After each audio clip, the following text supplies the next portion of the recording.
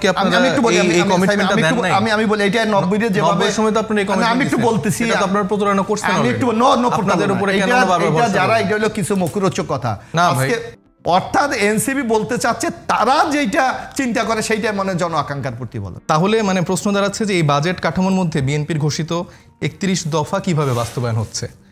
এইটা যদি বিএনপির আসলে 31 দফার মৌলিক অর্থনৈতিক মূল্যায়ন হয়ে থাকে তাহলে তো এটা জাতির সাথে একটা প্রতারণা করা হচ্ছে।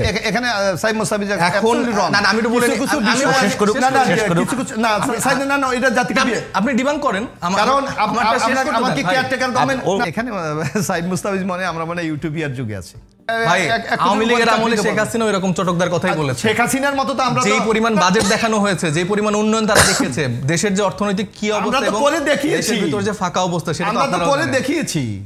আপনারা কি করেছেন সেটা তো জনগণ জানে। আপনারা কি করেছেন?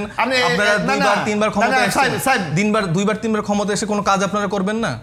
এখন 1990 সালের যে উন্নয়নের চিত্র বাংলাদেশে থাকবে সেটা কি 2025 সালে চেঞ্জ হবে না? অবশ্যই হবে। মানুষ কিন্তু জানতে চায় আসলে মানে জোটের বিষয়ে মানুষের একটা আকাঙ্ক্ষা থাকে।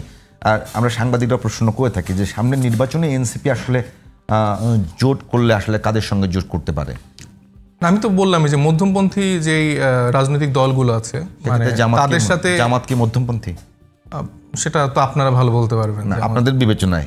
আমাদের বিবেচনায় আমি দলের নামগুলো বলেছি, গণ অধিকার পরিষদ, তারপরে এবি পার্টি, গণসংহতি, এই যে রাজনৈতিক দলগুলো আছে যারা অনেকদিন ধরে আসলে রাজপথে ফাইট করে যাচ্ছে। তো আমরা চেয়েছি যে এদের সমন্বয় ঘটিয়ে যদি একটি জোটের জায়গা তৈরি করা যায়, সেটা এখনো আলাপ আলোচনা সাপেক্ষে চলছে। এখন সামনে সময় বলা যেতে পারে। এখন নির্বাচনের জোটের থেকেও আমাদের কাছে মুখ্য বিষয় হচ্ছে যে জুলাই সনদের বাস্তবায়ন, ওইটার বাস্তবায়নের প্রেক্ষিতেই আসলে নির্বাচনের আলাপগুলো আসবে। না একটা বিষয় একেবারে যদি মানে আমি বারবার বিষয়টা মানে জানার জন্যই বলতেছি যে এটা কি মোটামুটি শিওর যে মধ্যমপন্থী দলগুলোর সাথে জোট করলে, জোট যদি করে তাহলে এনসিপি মধ্যমপন্থী দলগুলোর সাথে করবে? না আমি তো বললাম যে এটার আসলে কোনো এক্সাক্ট উত্তর এখনো দেওয়া সম্ভব না, কারণ নির্বাচনের আলাপ আলোচনা এখন আমরা এরকম করে শুরু করিনি। 4 মাস বাকি আছে সময়। 4 মাস কথা 2 মাস আমরা বলছি যে জুলাই সনদের বাস্তবায়নের ওদিকে 2 মাস, এদিকে 2 মাস, 2 মাস তো চলবে, তখন ইলেকশন রানিং চলবে, তার মানে 2 মাস তফসিল ঘোষণা 1.5 মাস। জি আমাদের মানে ধরেন সাংগঠনিকভাবে তো আমাদের একটা স্ট্রাকচার্ড রাজনৈতিক দল হিসেবে আমরা কাজ করছি। আমাদের প্রত্যেকটা কাজের জন্য আলাদা আলাদা সেল আছে। Election coordination team election related কাজগুলো করছে, স্থানীয়ভাবে যারা সংগঠক আছে সেটা নিয়ে তারা কাজ করছে। তো মানে আমাদের কাজগুলো ভিন্ন ভিন্ন ফরম্যাটে এগিয়ে যাচ্ছে, কিন্তু নির্বাচনের আলাপের জায়গাটা থেকে আমরা হচ্ছে যে জুলাই সনদের বাস্তবায়নের জায়গাটা নিয়ে কাজ করছি। কারণ আপনারা বাস্তবায়ন নিয়ে কোনো সুরাহায় না আসতে পারেন, সেক্ষেত্রে সেটা কি নির্বাচনে গিয়ে কোনো প্রভাব পড়বে? ডেফিনেটলি পড়বে। আমরা তো আসলে এটার বাস্তবায়নের পরিপ্রেক্ষিতে তৈরি না হলে নির্বাচনের জায়গাটা তো আসলে আসতে পারে না। সেটা দেখবেন যে জনগণই কিভাবে উত্তর দিচ্ছে তখন। মানে এটা তো হয় না, আপনি মানে এটা তো একটা খুব হাস্যকর একটা ব্যাপার হয়ে যাবে যে 17 বছর 20 বছর ধরে যেই সিস্টেমে আপনি রাজনীতি করলেন, যে সিস্টেমে আপনি ইলেকশন করলেন, সেটা সেম জায়গা রেখে আপনি এত মানুষকে তাহলে শহীদ কেন করলেন, এত মানুষকে তাহলে কেন আহত করলেন? দরকার ছিল না তো। তাহলে তো আপনারা ওইভাবেই সম্ভবত 2026 বা 25-এ ভোটটা হতো, ওইভাবেই ইলেকশনটা করতেন। তাহলে আপনারা এই জনগণের সাথে কেন প্রতারণা? আপনার কাছে আসবো একটু মোশাররফ ভাই, আপনার কাছে অনেকগুলো প্রশ্ন জড়ো হয়েছে। একটা আমি যুক্ত করি যে যারা বাংলাদেশে যারা গণভোট ও সংসদ নির্বাচনে একসঙ্গে চায় তারা আসলে সংস্কার কার্যকর হোক সেটা চায় কিনা সেটা নিয়ে প্রশ্ন আছে। কি বলছে এটা বলছে হামিদুর রহমান আজাদ, জামাত নেতা, বিএনপিকে ইন্ডিকেট করেই বলেছে। এই বিষয়টা নিয়ে কি বলবেন? আর মাঝখানে তো আসলে একটা জিনিস দেখেন, আমাদের যারা রাজনৈতিক দল আমি মনে করি তাদের মুখ স্টক হোল্ডার হওয়ার টার্গেট হওয়া উচিত জনগণ কী চায় এবং জনগণের এই দুর্ভোগটাকে কী লাঘব করে আমরা আমাদের বাস্তবায়ন করি। এখানে আমি সাইদ মুস্তাফিজের বিরুদ্ধে একেবারে স্ট্রংলি আমি একটা প্রোটেস্ট করছি। উনি বলছে যে জুলাইয়ের চেতনা বাস্তবায়ন কী হবে। আপনি যে 6 দফা স্বাক্ষর হয়েছে আপনি দেখেছেন, প্রতিটি মানে যারা ওখানে স্বাক্ষর করেছে সেখানে অঙ্গীকার করেছে এটা আমরা বাস্তবায়ন অবশ্যই করব। এটা কি জাতির সামনে একটা কমিটমেন্ট না? এটাকে কি আপনি এই বিষয় 90 সময় কি আপনারা এই কমিটমেন্টটা দেন নাই? আমি বলি এটা 90 এর যেভাবে 90 সময় তো আপনারা এই কমিটমেন্ট আমি একটু বলতেছি এটা তো আপনারা প্রতারণা করছেন। আমি একটু আপনাদের উপরে কেন বারবার এটা যারা এটা হলো কিছু মুখরোচক কথা। আজকে আমি একটু কথা বলি সাইদ মুস্তাফিজ, আজকে যে বাংলাদেশের অগ্রযাত্রা 90 এর বিরাট অবদান আছে। আজকে যে সংসদীয় গণতন্ত্র কোথা থেকে আসছে? 90 থেকে। আজকে যে পার্লামেন্টারি কমিটিগুলি কোথা থেকে আসছে? 90। এই ছাত্রদের বয়স ওই সময় 27 ছিল, 30 করা হয়েছে, কারা ছিল 90 থেকে। তো তৎকালীন সময় একটা মূল প্রবলেম ছিল, কৃষকরা ঋণে জর্জরিত, 5,000 টাকা কৃষি ঋণ মৌকুব। এগুলো তো 90-এর সে 3 জোটের রূপরেখার মধ্যে ছিল। সুতরাং আপনারা একটা ঢালাওভাবে বলে দিচ্ছে 90 কোনো কিছু বাস্তবায়ন হয় নাই, বানোয়াট।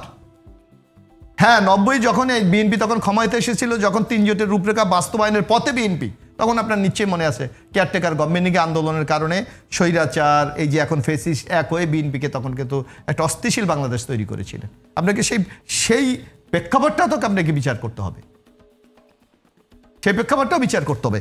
বরং আমি মনে করি এখন এই যে জুলাই সনদ স্বাক্ষরিত হয়েছে, আগামী দিনে রাজনৈতিক দলগুলি জনগণের কাছে যদি তাদের সমর্থন প্রত্যাশা করে, এইগুলি বাস্তবায়ন ছাড়া কোনো বিকল্প পথ নাই। কিন্তু যেটা বাস্তবায়ন আপনারা করবেনই পরে, একটু আগে করলে আগে কিভাবে করবে ওরা যেভাবে চাচ্ছে, কিভাবে ওরা তারা কি টোটাল হোল নেশনকে কি তারা রিপ্রেজেন্ট করে? তারা কি এমন কোন সার্ভে তাদের কাছে আছে যে এত পার্সেন্ট লোক? এই যেমন আমি একটা কথা বলি, আপনি দেখবেন, আপনি তো গণমাধ্যমের লোক, জামাত ইসলাম বলছে যে পিআর সবাই চায়, বলছে না? আমরা জাস্ট আইনি ভিত্তিতে আমি একটু বলি, আমরা বলছি পিআর চায়, 71% লোক চায়। আপনি ওই সার্ভেটা দেখেছেন? 1300 মাত্র হলো স্যাম্পল। তাও কোন মেথডে আপনি ওই রিসার্চটা ওই সার্ভেটা করেছে, কারা আপনার স্যাম্পল, কোন মেথড অ্যাপ্লাই করা হয়েছে, তারা কি কোনো দলীয় আদর্শে বিশ্বাস করে কিনা, এর সম্বন্ধে আমরা কিছুই জানি না। 1300 লোক দিয়ে আপনি বলতেছেন যে না। আর কিছুদিন আগে যে ব্রেইন বলে একটা সার্ভে করেছে, তারা তো আবার বলেছে 76% লোক আপনার পিআর কি এইটাই বোঝে না। আপনি এটা কি বলবেন? অর্থাৎ এনসিপি বলতে চাচ্ছে তারা যেটা চিন্তা করে সেইটাই মনে জন আকাঙ্ক্ষার প্রতিফলন। এটা this is not a democracy, এটা গণতন্ত্র না। গণতন্ত্রকে সবার মতামতকে আপনি যখন শ্রদ্ধা করতে পারবেন, সবার মতামতকে বাস্তবায়নের জন্য আপনি উদ্যোগ গ্রহণ করতে পারবেন, this is the democracy. NCP বলছে যে এটা বাস্তবায়ন, এটা কোনো হাউ ওয়ে, আপনি কিভাবে বাস্তবায়ন করবেন? এই যে বলছে আগে আইনি ভিত্তি, সবাই তো কমিটমেন্ট করেছে। আপনি দেখেন, এটা নিয়ে কোনো আদালতে প্রশ্ন তোলা যাবে না, আমরা এটা বাস্তবায়ন করবো। এর চেয়ে আইনি ভিত্তি আপনারা একটা রাজনৈতিক দলকে যদি আপনি বিশ্বাস না করতে পারেন, যারা আগামী দিনে রাষ্ট্র পরিচালনা করবে, জনগণের ম্যান্ডেট নিয়ে দেশ শাসন করবে, তাহলে আপনি কাকে বিশ্বাস করবেন? বরং এখানে যে বিএনপির পক্ষ থেকে যে প্রস্তাবটা দেওয়া হয়েছে, 2টা প্রস্তাব দেওয়া হয়েছিল, আপনার খেয়াল আছে বিভু? একটা হলো, আপনি যদি মনে করেন কোনো সংশয় সে থাকে, তাহলে যেমনিভাবে ইউনিট সরকার ইন্টিরিয়াম গভর্নমেন্ট গঠন করছেন, সেভাবে আপনি সুপ্রিম কোর্টের নির্দেশনা নিতে পারেন আবারও 106-এ। আর যদি সেইটা না পান, তাহলে আপনি গণভোটে যেতে পারেন, অর্থাৎ জনগণের সমর্থনটা নিয়ে। তো এখনো প্রশ্ন হলো গণভোট আগে না পরে, এই তো নিয়ম অনুযায়ী পরে হওয়ার কথা, পরে না। আপনি বলতেন না, এখানে আপনি একটা জিনিস চিন্তা করতে হবে। আপনি একদিকে বলছেন যে এই নির্বাচন কমিশন একটা নির্বাচন করার সক্ষমতা নাই, তাহলে ওই নির্বাচন কমিশন গণভোট করবে কিভাবে? আপনি দেখেন, আপনার কথার মধ্যে কত নিজেদের মধ্যে একটা বিরুদ্ধাচরণ আপনি করতেছেন। গণভোটে কি আসলে ওইরকম সংঘর্ষ ঝামেলা হওয়ার কথা? সবচেয়ে রিস্ক গণভোটে বাংলাদেশে 3টা গণভোট এখন পর্যন্ত হয়েছে, আপনি নিশ্চয়ই জানেন। একটা হলো জিয়াউর রহমান সাহেবের হানা ভোট, আরেকটা এরশাদ সাহেবের হানার ভোট, আরেকটা হলো 90-এর পর কনস্টিটিউশনাল গণভোট। ওইটা কিন্তু ওই বৈধতার গণভোট না, কনস্টিটিউশনাল গণভোট। সেখানে আপনার অভিজ্ঞতা কি? আমাদের খুব সুখের। কত পার্সেন্ট জনগণ গিয়েছে? এখানে বরং আপনার জন্য একটা বিরাট চ্যালেঞ্জ অপেক্ষা করছে, কারণ পতিত ফেসি শেখ হাসিনা বলছে বাংলাদেশে একটি মৌলবাদী শক্তি ইউনূসের নেতৃত্বে বাংলাদেশ দখল করছে। সুতরাং আপনাকে প্রমাণ করতে হবে অধিকাংশ লোক এই গণভোটকে সমর্থন করে। It is the most important challenge. রাজনৈতিক দলগুলি অথবা এনসিপি এটা অনুধাবন করতে পারে কিনা আমরা জানি না। অটোমেটিক যদি আপনি ধরে নেন যে ফেসিসদের 25 থেকে 30% ভোট আছে, বাংলাদেশের অধিকাংশ প্রায় 20 থেকে 25% লোক ভোট কেন্দ্রে যায় না। ফেসিসদের কি এত ভোট আছে এখনো? হ্যাঁ, এখনো আছে। আমরা তো অপোজিশন পলিটিক্স করছি, যখনই মানুষ বিরোধী দলে থাকে সবচেয়ে ইউনাইটেড থাকে। এই অভিজ্ঞতা আমাদের আছে, তো সবচেয়ে ইউনাইটেড থাকে, আপনি অস্বীকার করার কোনো পদ্ধতি নেই। তো যার কারণে আজকে যে এনসিপি বা জামাত ইসলামী বলছে আগে গণভোট, আপনার ধরেন গণভোট যদি আমরা ডিসেম্বর করে 2 মাসের মধ্যে কি আরেকটা নির্বাচন করা সম্ভব? আমার আর্থিক অবস্থা কোথায়? একটা নির্বাচন করার জন্য নির্বাচন কমিশন 2800 কোটি টাকা চেয়েছে, আবার 2 মাস পর আমার 2800 কোটি টাকা আপনি করবেন? একটু শুনে আসি। অর্থাৎ সামগ্রিকভাবে এই প্রস্তাব জনস্বার্থের পরিপন্থী, বরং কোন দল তার নিজের স্বার্থ চরিতার্থ করার জন্য, জনগণকে বিভ্রান্ত করার জন্য এই প্রস্তাবগুলো চেষ্টা করছে আর কি। মুস্তাফিজ, আচ্ছা, আমি একটু ডেটা রিলেটেড একটু কথা বলি। মানে ভাই অনেকবার উল্লেখ করলো যে বিএনপির যে অত্যাধুনিক 31 দফা, যেটা আসলে যেটার মাধ্যমে আসলে সম্ভব যত সংস্কার, সেটা নিয়ে আমি একটু কথা বলবো। আমি তাই বলছি, আমি বলছি সবচেয়ে বেশি অ্যাকসেপ্ট হয়েছে। ঠিক আছে, মানে আপনাদের 31 দফা দিয়ে তো আসলে বাংলাদেশটা সুন্দর করে চালানো সম্ভব, এটা তো দাবি আমরা মনে করি। আচ্ছা, তাহলে আমি একটু ডেটা নিয়ে কথা বলি যে বিএনপির 25তম দফায় বলা হয়েছে যে তারা জিডিপির 5% শিক্ষা খাতে ব্যয় করবে। বিএনপির 26তম দফায় বলা হয়েছে তারা জিডিপির 5% স্বাস্থ্য খাতে ব্যয় করবে। অর্থাৎ জিডিপির 10% কেবল এই দুই খাতেই তারা ব্যবহার করছে। অন্যদিকে বাংলাদেশের মোট বাজেটেই হলো জিডিপির 12.65%। তো এর মধ্যে পাবলিক সার্ভিস খাতে প্রায় 5% ব্যয় হয়। এছাড়া তার সঙ্গে আছে ইম্পোর্ট বিল, কৃষিখাত, সামাজিক নিরাপত্তা, অবকাঠামো উন্নয়ন ও প্রশাসনিক ব্যয়। তাহলে মানে প্রশ্ন দাঁড়াচ্ছে যে এই বাজেট কাঠামোর মধ্যে বিএনপির ঘোষিত 31 দফা কিভাবে বাস্তবায়ন হচ্ছে। এইটা যদি বিএনপির আসলে 31 দফার মৌলিক অর্থনৈতিক মূল্যায়ন হয়ে থাকে তাহলে তো এটা জাতির সাথে এখানে সাইদ মুসাবি এখন আমি একটু বলে শেষ করুক এটা জাতিকে আপনি ডিমান্ড করেন, কারণ আমাকে কেয়ারটেকার গভর্নমেন্ট আপনি জিডিপি লাগবে। আমার কি প্রধানমন্ত্রী বয়স আমার 10 বছর করতে গিয়ে আমার জিডিপি লাগবে? আমার কি স্থানীয় সরকার মার্কা বিহীন নির্বাচন করতে আমার জিডিপির? আমার একটা মূল সমস্যা হচ্ছে যে আমাকে আলোচকটা শেষই করতে দেয় না, কথাটা শেষ করার পর আমাকে ডিমান্ড করো। শেষ করেন মুস্তাফি, শেষ করেন বলেন। তো এই সিদ্ধান্তটা এখন মানে আপনাকে আমি একদম ক্যাটাগরি অনুযায়ী বললাম, উনি কিন্তু সবগুলোর সাথে একমত হলেন যে হ্যাঁ এটাতে। তো এটা তো কোনো বাস্তববাদী আসলে তাদের মানে 31 দফা না, সার্বিকভাবে একটা রাজনৈতিক চটকদার একটা ক্যাম্পেইনিং, যেটাতে আসলে কোনোভাবেই এই ডেটার সাথে মানে বাংলাদেশের যেই সার্বিক ডেটা সেটা কিন্তু মিলছে না। এবং দেখেন, আমরা যেই কথা বলছি যে আমরা এরকম মুখরোচক চটকদার কথা বলে রাজনীতি করতে আসিনি, আমরা বাংলাদেশের মানুষের জন্য রাজনীতি করতে চাই।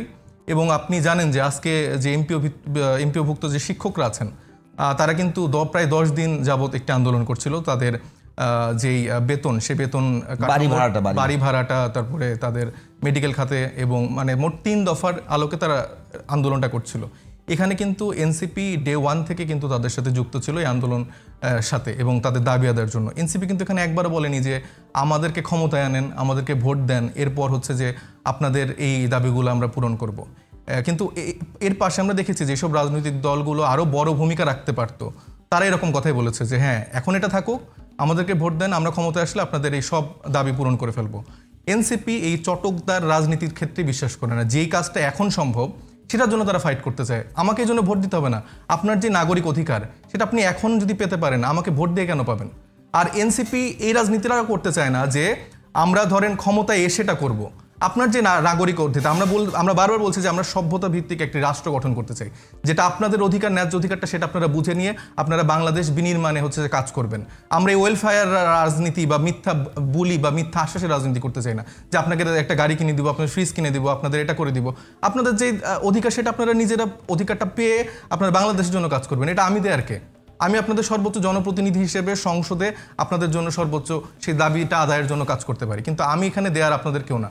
আপনারা এই রাষ্ট্রের মালিক, আপনারা এই রাষ্ট্রের জন্য কাজ করবেন, আপনারা সেই দাবিটা নিজেরা আদায় করে নেবেন। এই 31 দফা এই ভুল এই পারসেপশনগুলো মানুষের দিকে না দিয়ে আমার মনে হয় যে মানে সভ্যতা ভিত্তিক রাষ্ট্র গঠনের জন্য সকলের কাজ করা উচিত। ভাই যদি কিছু বলেন। না, এখানে সাইদ মুস্তাফিজ আমরা ইউটিউবিয়ার যুগে আছি।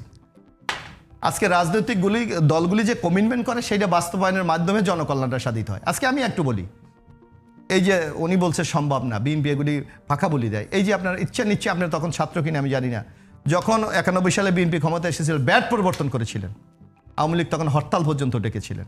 অথচ আজকে দেখেন বাংলাদেশের 7,51,000 কোটি টাকা বাজেট, এর 50%-এর উপরে অনলিক ব্যাট থেকে আসে। বিএনপি তো করে বাস্তবায়ন করে দেখিয়েছে, এইটাই দিয়ে বাংলাদেশের অর্থনৈতিক উন্নয়ন করা সম্ভব। উনি একটা 2টা খাত আমরা কি বলেছি? আমরা বলেছি জিডিপিদের 5% আমরা বিনিয়োগ করতে চেষ্টা করবে। আমরা কি এটা তো পর্যায়ক্রমে হবে, এবং ওখানে যদি উনি পূর্ণাঙ্গ কথা বলেন, আমরা বলছি শিক্ষার 2টা হবে, একটা হবে নলেজ বেস এডুকেশন, আরেকটা হবে টেকনিক্যাল নিড বেস এডুকেশন। অর্থাৎ যাদেরকে আমরা মনে করি একটা শ্রেণীকে টেকনিক্যাল সাপোর্টের মাধ্যমে, সবাইকে উচ্চশিক্ষা দরকার নেই, যারা একটু মেধা কম বা তাদেরকে বিশেষ টেকনিক্যাল সাপোর্ট দিয়ে তাদেরকে কর্মে সম্পৃক্ত করা, আর যারা খুব অতি মেধাবী তাদেরকে আমরা উচ্চশিক্ষার ব্যবস্থা করব।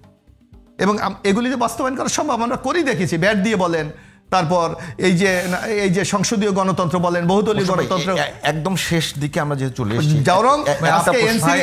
এবং সাইদ মুস্তাফিজ আরেকটা কথা বলেছে যে আমাদের কাজ হলো এটা। নো, গভর্নমেন্টের কাজ হলো আপনি যেইটা কমিটমেন্ট করবেন জনগণের কাছে তার রায় নিয়ে তার ভাই, বাস্তবায়ন করে সেটা আপনাদের যে দেখানো। 31 দফার কথা বলছেন সেটা যদি সম্ভব হতো তাহলে মোট বাজেটের বৃদ্ধি হতে হবে 55%।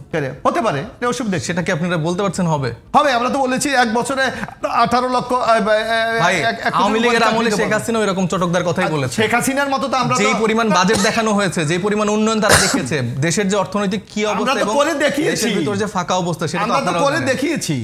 আপনারা কি করেছেন সেটা তো জনগণ জানে। এই যে উপবৃত্তি, আজকে আপনি যে কথা বলেন, উপবৃত্তি কারা চালু করেছিল? বিএনপি করেছে, আমরা তো দেখিয়েছি নারী শিক্ষা হার কিভাবে বৃদ্ধি করতে হয়। এই এক্সপিরিয়েন্স তো আমাদের আছে।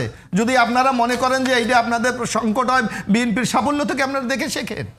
এই যে উপবৃত্তি, যখন অনেকে বলেছিল যে না নারী শিক্ষাকে বাড়ানো যাবে না, আজকে বাংলাদেশে এই নারী শিক্ষা জাগরণের মূল ক্রেডিট গোস টু বিএনপি। আমি আপনার সাথে উপবৃত্তি আমি ডেটা নির্ভর একটা আলাপ দিয়েছি, আপনি এই আলাপ ডেটা নির্ভর আলাপ দিলে আমি তো better হয়। data নির্ভর আপনাদের বলতে চাই। 31 দফার যে ডেটা সেটা নিয়ে আলাপ করলে বেটার হতো। আপনারা কি বেশ, করেছেন? আপনি- আপনারা না, না, দুইবার তিনবার না, ক্ষমতা না, এসেছেন, সাহেব, দুইবার তিনবার ক্ষমতা এসে কোনো কাজ আপনারা করবেন না? অবশ্যই এখন করবো। 1990 সালের যে উন্নয়নের চিত্র বাংলাদেশে থাকবে সেটা কি 2025 সালে অবশ্যই হবে চেঞ্জ না, হবে না? অবশ্যই হবে, চেঞ্জ আপনি হবে। কি 90 সালের মতো হয়ে থাকবো, টেলিফোন ইউজ করবো? এটা আমি তো এটা বিশ্বাস এখন কি আপনি করি। বলবেন যে মোস্তাফিজ, মোবাইল হচ্ছে যে এটা আমি হাসিনা বিশ্বাস করি। এনেছে? মোশাররফ ভাই, আমাদের শেষ করতে হচ্ছে, একেবারে সময় না না শেষ। না, আমি বলছি এই যে সাইদ মুস্তাফিজা কিছু কিছু ডাটা, এই যেমন আপনি মনে করেন আমরা বলি আপনি সংসদে ওই যে আর্টিকেল 70 সংসদে নাকি আমার যে জিডিপি দরকার আছে,